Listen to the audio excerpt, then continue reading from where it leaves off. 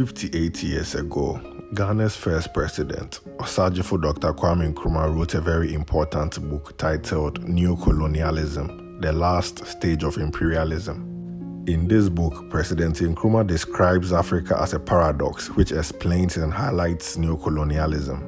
This, he says, is because despite the land of Africa being rich, the products that come from above and below the soil end up enriching not Africans predominantly, but groups and individuals who operate to Africa's impoverishment. This paradoxical situation has largely remained unchanged across Africa till this day, with Africans still not being the main beneficiaries of the wealth beneath their lands. A key factor behind this unfortunate and unacceptable reality is the bad deals that are signed by corrupt and unpatriotic African leaders, which virtually gift natural resources to foreign corporations. These corrupt leaders are happy to sell out their people as far as their selfish interests are satisfied. A typical example of the paradox President Nkrumah described has played out again in Ghana, where highly valuable lithium deposits have been signed over to foreign corporations, with the share left for Ghana being what can only be described as a pittance. The reaction from many Ghanaians has been that of shock and disgust over the fact that foreigners own over 80% share in a new mining contract. This popular sentiment was perfectly captured by a respected Ghanaian economist, John Kwame, who described the contract signed by Ghana's government as a colonial-type contract that favors foreigners and the Ghanaian leaders themselves. The objective of this video is to prove that Ghana's government has ripped off their own people with the lithium contract they have signed with Australian company Atlantic Lithium. Ghana's Minister for Natural Resources, Jinapor, has claimed that the terms of the mining contract he signed on behalf of the Ghanaian people is the best for the country and one of the best on the African continent and beyond. According to the minister, the terms are by far better than the terms of the mining leases granted for the exploitation of green minerals in other jurisdictions, including those with large deposits of these minerals. For instance, Australia, Mali, Democratic Republic of Congo, and Zimbabwe, which have bigger deposits than Ghana, have royalty rates of not more than 6%, whereas Ghana has 10%. So let us analyze a few things from these statements by the minister. First off, are the 4 countries he listed the only ones who have lithium deposits? The answer to this question is no. Countries like Mexico, Chile, Bolivia, Namibia, and Nigeria all have lithium deposits also.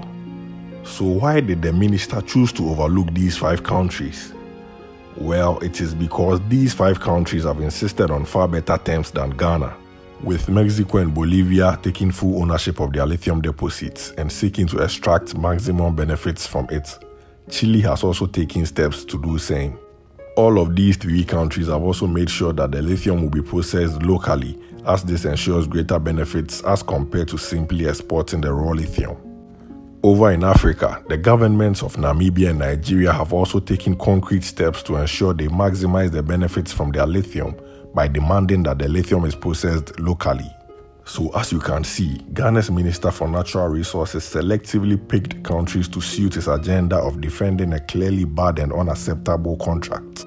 It is a real shame that he chose to follow examples of countries that receive less than 10% royalties from their own resources, when he could have looked at the far more impressive examples of Mexico and Bolivia, where the lithium has been nationalized to ensure the profits benefit the citizens who own the resource and not foreign corporations. To put into perspective how disappointing the contract Ghana's government has signed is, it is important to first highlight how valuable lithium is currently and most importantly for the future. Lithium is often described as the white gold of the clean energy revolution. It is a highly coveted component of mobile phones and electric car batteries. Governments, mining firms, battery markets, and car makers worldwide from Tesla to BMW are scrambling to secure a supply of the metal, which is needed for many of the batteries being used to power a big shift towards electric vehicles. Lithium has undoubtedly become hugely important to the future economy. The global demand for lithium is predicted to rise over 40 times by 2040, due mainly to the shift to electric vehicles. So with the highly valuable nature of lithium put into perspective now, let us look at the key terms of the contract between the government of Ghana and the Australian firm Atlantic Lithium. The terms of the contract state that Ghana will be entitled to a royalty rate of just 10%. Ghana will also be entitled to a 13% free carried interest in a mining project. On top of this, Ghana's government, through its Minerals Income Investment Fund, will acquire another 6% share in the mining operation and 3.06% in Atlantic Lithium at a cost of over $32 million. For the communities where the lithium will be extracted, the government of Ghana has agreed with Atlantic Lithium to pay just a ridiculous 1% of their revenue into a community development fund. This is in spite of the fact that the mining of lithium leads to very significant environmental problems. These concerns have led to protests and lawsuits against lithium mining in the US, Chile, and Serbia. But Ghana's government sees it as fit and proper to allocate just 1% of revenue to the mining communities.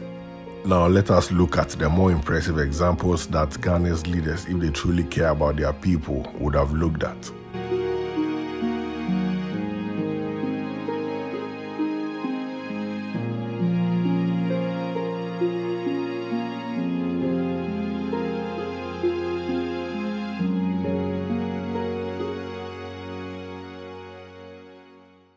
In April 2022, Mexico nationalized their lithium, declaring it to be a strategic resource whose exploitation, production, and commercialization is exclusive to the state. According to the Mexican president, Andrés Manuel López Obrador, lithium is a strategic mineral that must remain under the control of the nation. He further added, lithium matters a lot to those who act as hegemonies. We cannot leave this strategic mineral to the market. And so in order to gain maximum benefit from their lithium and ensure broadly distributed benefits, the government has created a state-run lithium company known as Lithium MX. The Mexican president has made it clear that foreign companies can partner with Mexico in the extraction of lithium, but the majority stake must be owned and controlled by Mexico.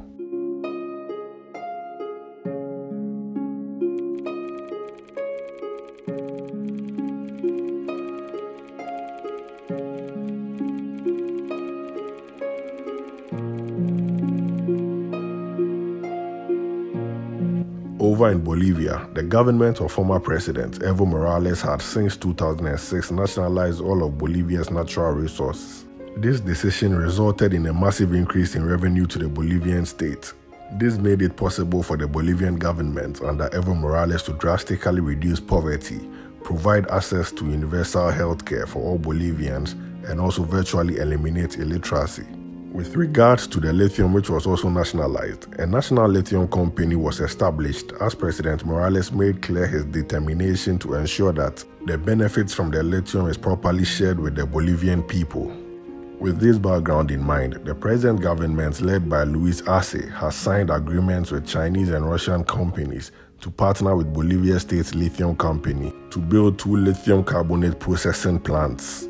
The government has also signed an agreement with Chinese consortium CBC to build 2 lithium battery plants. According to the Bolivian president, Bolivia will begin exporting electric batteries in 2025. This means that not only the simple extraction of lithium will take place in Bolivia, but also the processing and industrialization of the precious metal, giving the South American nation the ability to cash in even more on the lithium boom.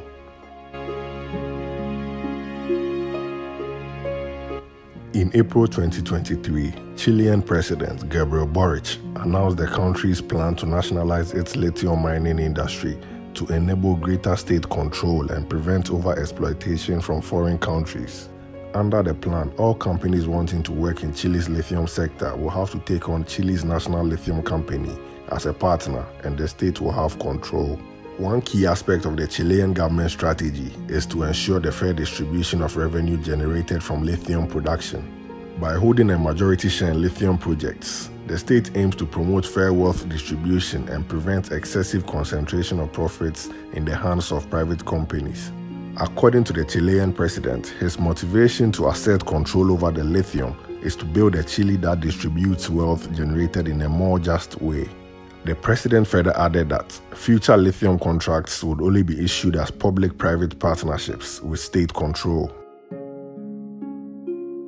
In Nigeria, a Chinese company has been selected to build the country's first lithium processing plant, with a plan to manufacture batteries for electric vehicles.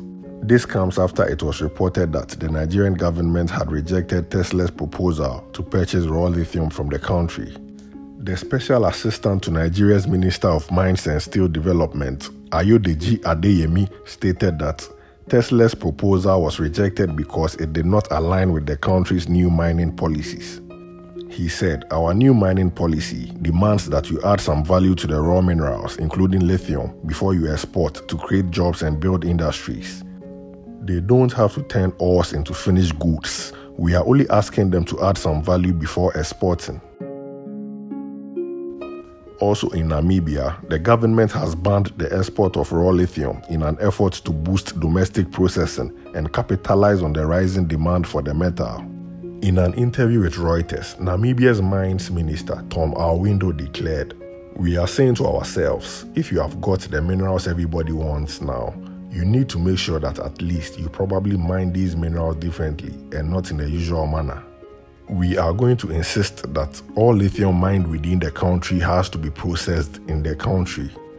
In connection with this, the Namibian government has accused Chinese firm Shengfeng Investments of violating the country's ban on critical raw material exports. This caused Namibia's mining commissioner to instruct the country's police to stop any trucks carrying raw lithium ore from Shengfeng's mine. So with all these real-life examples having been looked at, the bad deal Ghana's government has signed should be clear for all to see. A common trend amongst all 5 countries focused on is the demand that the raw lithium will be processed locally to ensure more value is added. This guarantees that more jobs will be created for citizens and more revenue will be earned. Sadly, there is no such obligation in the contract signed by the government of Ghana with Australia's Atlantic Lithium. In fact, half of the lithium from the mine in Ghana will be sent to a processing plant in the USA, owned by Piedmont Lithium, which is Atlantic Lithium's second largest shareholder. This is in spite of the fact that Ghana's Minister for Natural Resources, Samuel Jinapor, had claimed that his government wants to change the narrative of Ghana still exporting raw minerals like bauxite and manganese after mining over 80 years. Indeed, the president of Ghana, Nana Akufo-Addo, had in May 2023 assured that the exploitation of lithium would be done in a way that ensures optimal benefits to the people of Ghana. This position, he said, will never be compromised upon. So now, knowing the bad terms of the contract his government has eventually signed, which hands the lion's share of the profits from the lithium to foreign companies and doesn't even demand local processing to add value, one can only wonder about the sincerity of the president's words. According to InvestorsChronicle.co.uk, the American company Piedmont Lithium Limited has agreed with Australia's Atlantic Lithium to invest $102 million in exchange for owning 50% of the mining project in Ghana. Also, according to the Chief Executive Officer of Atlantic Lithium, Keith Muller, his company has invested just about $40 million up from 2016 till the point of obtaining the mining license. According to him, the company would generate revenue in excess of $6.6 billion from the project. One has to wonder how the government of Ghana could not come up with the $142 million that both companies have invested so as to fully own the project, especially as the government has already invested $32.9 million to own 6% in the mining operation and 3.06% in Atlantic Lithium. As it stands now, 2 foreign companies and their shareholders stand to be the chief beneficiaries of Ghana's lithium deposits, with Ghanaians being deprived from significantly benefiting from yet another natural resource. Some very important revelations have been made about how Atlantic Lithium acquired their mining license in Ghana. This may help to shine a light on the possible motivation for Ghana's leaders signing such a bad deal against the best interests of their own people. In March 2023, a short seller known as Blue Orca alleged in a report that Atlantic Lithium obtained key mining licenses in Ghana by making secret payments and promises of payment to the immediate family of a high-level politician in Ghana. A paragraph from the investigation by Blue Orca states, "In our opinion, the evidence clearly indicates that Atlantic obtained mining licenses by paying the son of a high-ranking politician and promising tens of millions of dollars in royalties. In our view, this appears to be textbook corruption." In Osajifo Dr. Kwame Nkrumah's book, Africa Must Unite, He talks about how many foreign companies obtained access to natural resources in Africa. According to President Nkrumah, a commission of inquiry that was set up to investigate the granting of concessions in the then Gold Coast and now Ghana discovered some very revealing facts. President Nkrumah writes, "These concessions were secured by local agents persuading the chiefs, the custodians of the tribal and stool lands, to sign away the mineral and timber rights of their people for purely nominal sums. Some money, a few hundred yards of cloth, a few cases of whiskey and gin were normally sufficient inducement to secure the marks of the chiefs to legal documents which they could neither read nor understand. If chiefs in the colonial era signed over valuable natural resources for a pittance, they may be excused due to their illiteracy. But what excuse can Ghana's government, that is made up of highly educated individuals, have for signing over Ghana's lithium for what can only be described as a pittance in 2023? The president of Ghana is fully aware of how Ghanaians have not benefited from the abundant natural resources. And in fact, he used that in his bid to become president by bemoaning the fact that Ghanaians remain hungry and poor despite sitting on top of mineral riches. The leaders of Ghana who approved this deal have no excuse for signing over yet another valuable resource to foreigners. They cannot claim ignorance in this day and age, and they certainly cannot claim to be unable to read or understand like the chiefs in the colonial era. Why would the government sign over such a valuable resource to foreigners and receive royalties of just 10% and not even demand that the processing of the lithium is done locally? The only plausible reason for the failure to defend the best interests of Ghanaians has to be that the leaders have placed their selfish interests first, as is usually the case. Because what else can explain this madness? The times when African leaders could take their people for a ride is over, and Ghana's leaders need to advise themselves and quit taking their people for fools. A word to the wise is enough. In ending, I'll leave you with some reactions from Ghanaians to the unacceptable deal their leaders have signed. I'd really love to hear your thoughts on this sellout by Ghana's leaders, so please do leave a comment. And please do not forget to subscribe to the channel and like the video. Thank you so much for watching as always.